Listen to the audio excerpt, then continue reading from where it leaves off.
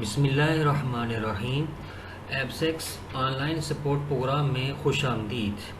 آج جو ہم نظم پڑھنے کے لیے جا رہے ہیں اس کا عنوان ہے محبوب سبحانی، جو کہ حفیظ جلندری صاحب نے لکھی ہے، اور یہ آپ کے سندھ ٹیکسٹ بک بورڈ جامع شروع کے صفحہ نمبر 160 پر ہے۔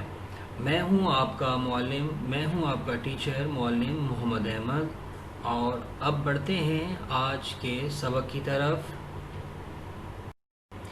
سب سے پہلے ہم جانیں گے مقاصد تدریس۔ مقاصد تدریس کے اندر حفیظ جلندری صاحب کے انداز تحریری سے ہم آگاہی حاصل کریں گے، اور اس کے ساتھ ساتھ حفیظ جلندری صاحب کا اردو ادب کے اندر کیا مقام ہے، کیا ان کا مرتبہ ہے، وہ بھی اس سبق کے اندر شامل ہوگا۔ اس کے ساتھ ساتھ نئے الفاظ جو اس سبق کے اندر ہیں اس سے ہم آگاہی حاصل کریں گے۔ نیز گرامر کے اندر اس سبق کے آخر کے اندر صفت نسبتی کے بارے میں ہم بات کریں گے۔ نئے الفاظ کو صفت نسبتی میں کیسے بدلنا ہے وہ بھی اسی سبق کے اندر شامل ہے۔ نیز الفاظ و معنی اور تراکیب کے معنی، اشعار کی تشریح بھی ہم آپ کو بتائیں گے، اور نظم نعت کا خلاصہ اور اس کے ساتھ ساتھ مرکزی خیال بھی آپ کو بتایا جائے گا۔ اچھا بیٹا، آپ نے گھر کا کام اس کے اندر اپنے ہوم ورک کے اندر کیا کرنا ہے کہ آپ یہ سبق پڑھیے، درزیر سوالات کے تفصیل سے جواب آپ کو دینے ہیں۔ یہ جو سوالات ہیں 3 آپ کے نیچے، اس کے آپ نے تفصیلاً جواب دینے ہیں۔ سب سے پہلے آپ نے نعت کے الفاظ معنی، یعنی جو نظم ہے نعت، اس کے جو الفاظ معنی ہیں وہ لکھنے ہیں، اور پھر ان کو آپ نے کیا کرنا ہے بیٹا، جملوں کے اندر استعمال کرنا ہے۔ یعنی نعت کے الفاظ معنی لکھ کے، جو نئے الفاظ ہیں جس کو آپ مشکل الفاظ بھی کہتے ہیں، وہ لکھ کر آپ نے اس کے معنی لکھنے ہیں، اور پھر معنی لکھنے کے بعد انہی الفاظ کو جملوں میں استعمال کرنا ہے، اور یہ زیادہ سے زیادہ آپ کے کم از کم 10 ہونے چاہیے الفاظ جس کو آپ نے جملوں میں استعمال کرنا ہے۔ اس کے ساتھ ساتھ بیٹا آگے آپ نے کیا کرنا ہے کہ نظم جو نعت ہے اس کا آپ نے خلاصہ لکھنا ہے۔ اس کا خلاصہ آپ کس طرح لکھیں گے، جو میں نے آپ کو لیکچر میں آگے بتایا ہے، آپ اس کو غور سے سنیے۔ سننے کے بعد آپ نے اس کا خلاصہ لکھنا ہے، یعنی اس کو آپ نے شارٹ کر کے، مختصر کر کے آپ نے یہ لکھنا ہے کہ اس نعت کے اندر کیا شاعر کیا کہہ رہے ہیں، شاعر کا مقصد کیا ہے کہنے کا، وہ کیا کہنا چاہ رہے ہیں۔ اس کے بعد آپ نے ایک اور کام کرنا ہے، وہ کیا ہے، مرکزی خیال آپ نے لکھنا ہے کہ اس کا مرکزی خیال کیا ہے، یعنی یہ جو نظم ہے اس کا مرکزی خیال کیا ہے، یعنی شروع سے لے کر آخر تک جو ایک سینٹرل آئیڈیا جس کو آپ انگلش میں کہتے ہیں کسی بھی نظم کا، وہ کیا ہے، وہ آپ نے تحریر کرنا ہے۔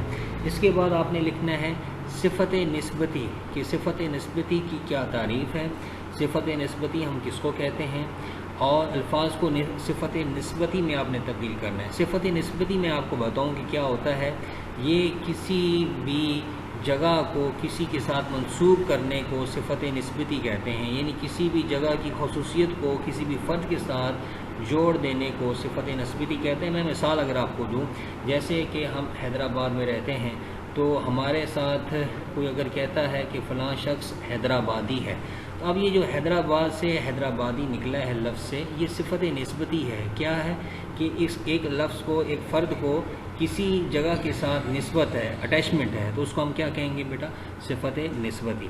اور آپ نے کیا کرنا ہے، اسی طرح کے مختلف الفاظ لے کر اس کی صفت نسبتی آپ نے بنانی ہے، الفاظ لینے ہیں اور اس کی آپ نے کیا کرنا ہے، صفت نسبتی بنانی ہے۔ صحیح ہے، تو یہ آپ کیا ہو گیا، تیسرا سوال، صفت نسبتی کی تعریف لکھنی ہے، اور پھر کیا کرنا ہے، الفاظ کو صفت نسبتی کے اندر آپ نے تبدیل کرنا ہے۔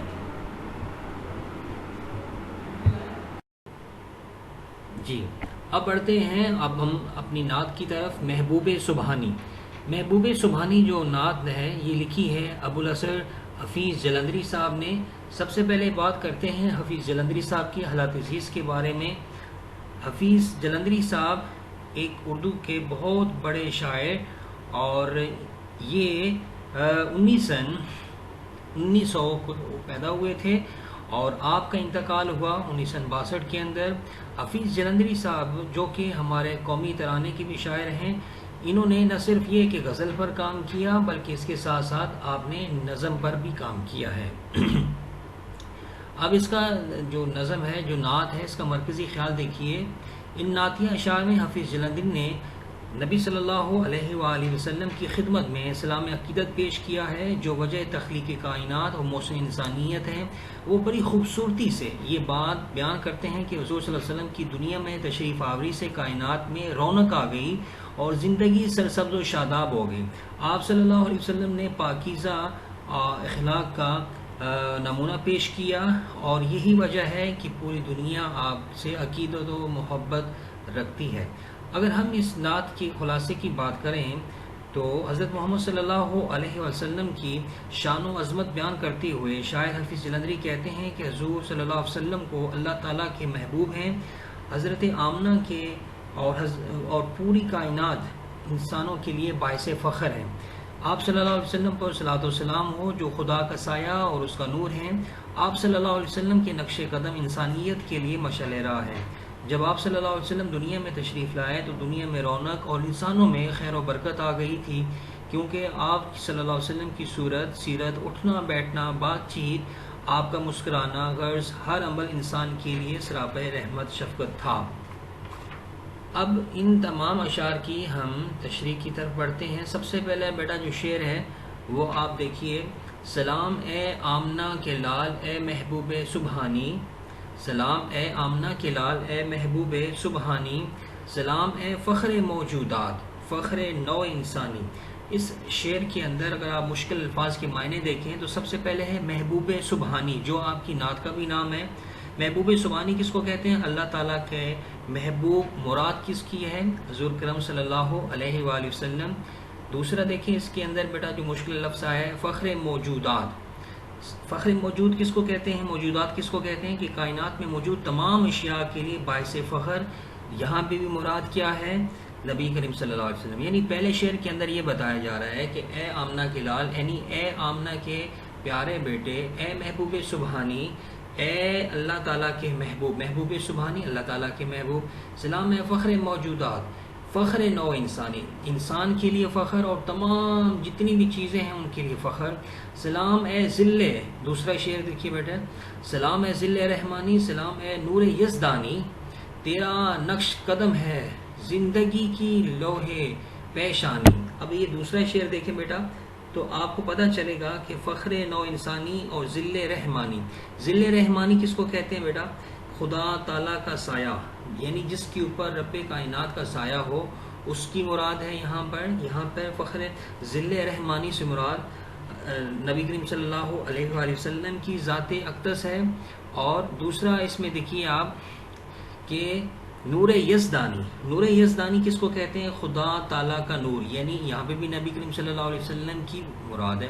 یعنی مختلف الفاظ کو یہاں پر لا کر یہ بتایا گیا ہے کہ یہاں پر نبی کریم صلی اللہ علیہ وآلہ وسلم ہی کی جو ذات اقدس ہے وہ مراد ہے. تیرا نقش قدم ہے زندگی کی لوح پیشانی.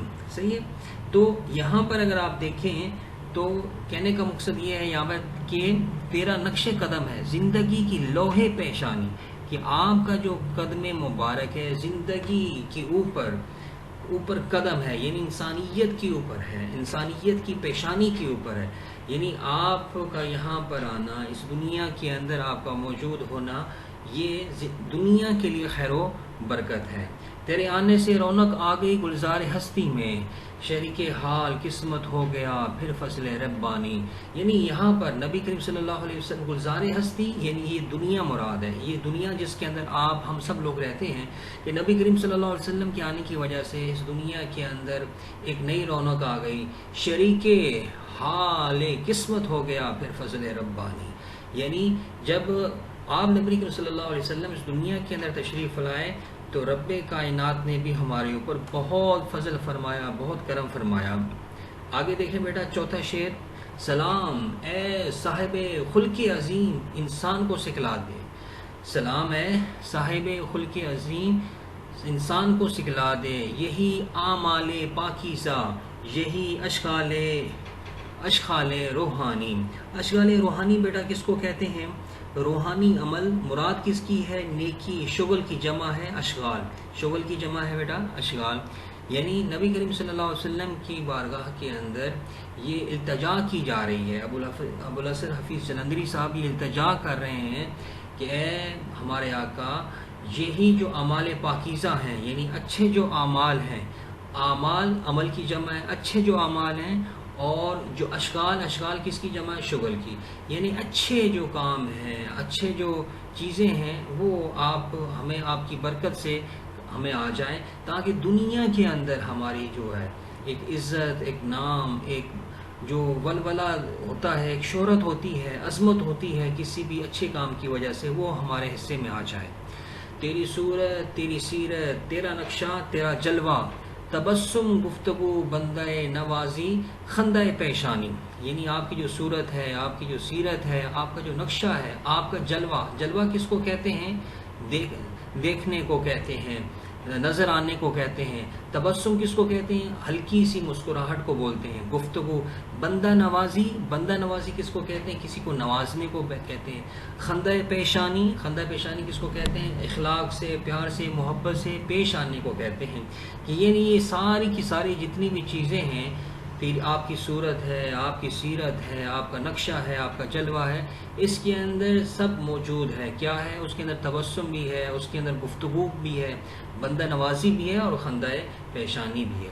اگرچہ فقر و فخری رتبہ ہے تیری کنات کا، اگرچہ فقر و فخری رتبہ ہے تیری کنات کا، مگر قدموں تلے ہے فر کسرائی و خاکانی. یہاں پہ دیکھیں بیٹا، کسرائی و خاکانی، یہاں پہ کسرا اور خاکان کی شان و شوکت اور جاہ و جلال مراد ہے. کسرا کس کو کہتے ہیں؟ ایران کے قدیم بادشاہوں کا لقب ہے. اور خاکانی چین کے جو منگول اور ترکستان کے تیموری بادشاہوں کا جو ہے وہ خاکان ان کو بولتے تھے. یعنی جو ترکمانستان جو اس کے لوگ رہنے والے تھے، جو بادشاہ تھے، تیموری بادشاہ، ان کا لقب ہے خاکانی. اور کسرا جو ہے ایران کا قدیم بادشاہوں کا لقب ہے. صحیح بیٹا؟ کہ آپ کا جو آپ فرمایا کرتے تھے کہ جو فقر ہے، فقر و فخری، یعنی جو قناعت ہے، صحیح ہے، یعنی فقیروں غریبوں کے دکھ، ان کی مصیبتیں، ان کی پریشانیاں سننا اور ان جیسا بن کے رہنا، تاکہ ان کو یہ محسوس نہ ہو کہ ہمارے درمیان ایک بہت بڑی ہستی موجود ہے. آپ نے فرمایا اگرچہ فقر و فخری رتبہ ہے تیری قناعت کا، مگر قدموں تلے ہے فر کسرائی و خاکانی. یعنی جو پرانے جو بادشاہ تھے، خاکان تھے، چین کے منگول جیسے، جو ان کی شان و شوکت تھی، وہ آپ کے قدموں تلے ہے، اس میں کوئی شک نہیں ہے. زمانہ منتظر ہے اب نئی شراز بندی کا، زمانہ منتظر ہے اب نئی شرازہ بندی کا، بہت کچھ ہو چکی اجزائے ہستی کی پریشانی. یہاں پہ شرازہ بندی سے مراد بیٹا کیا ہے؟ اتحاد قائم ہونا. شرازہ بندی سے مراد اتحاد قائم ہونا. اجزائے ہستی کس کو کہتے ہیں؟ زندگی کے بکھرے ہوئے حصے کو بولتے ہیں. یعنی یہاں پہ شاعر کہہ رہا ہے کہ منتظر کس کو کہتے ہیں بیٹا؟ انتظار کرنے کو، کہ بہت جو ہے ہم نے انتظار کیا ہے، اب آپ مہربانی فرمائیے، آپ کرم فرمائیے کہ کسی نہ کسی طرح ہماری جو اجزائے ہستی ہیں، یعنی جو ہم پریشان ہیں، جو اس کا آپ سد باب کیجئے. زمین کا گوشہ گوشہ نور سے معمور ہو جائے، تیرے پرتوں سے مل جائے ہر ایک ذرے کو تابانی. صحیح کہ آپ کا زمین کا گوشہ گوشہ جو نور سے معمور ہو جائے، اور تیرے پرتوں سے مل جائے ہر ایک ذرے کو تابانی. گوشہ گوشہ کس کو کہتے ہیں؟ حصے کو. ہر حصے کے اندر آپ کا نور پہنچائے. اور تیرے پرتوں کس کو کہتے ہیں؟ سایہ کو. کہ آپ کے جو سایہ ہے اس سے ہر ایک ذرے کو جو ہے تابانی، روشنی مل جائے. حفیظ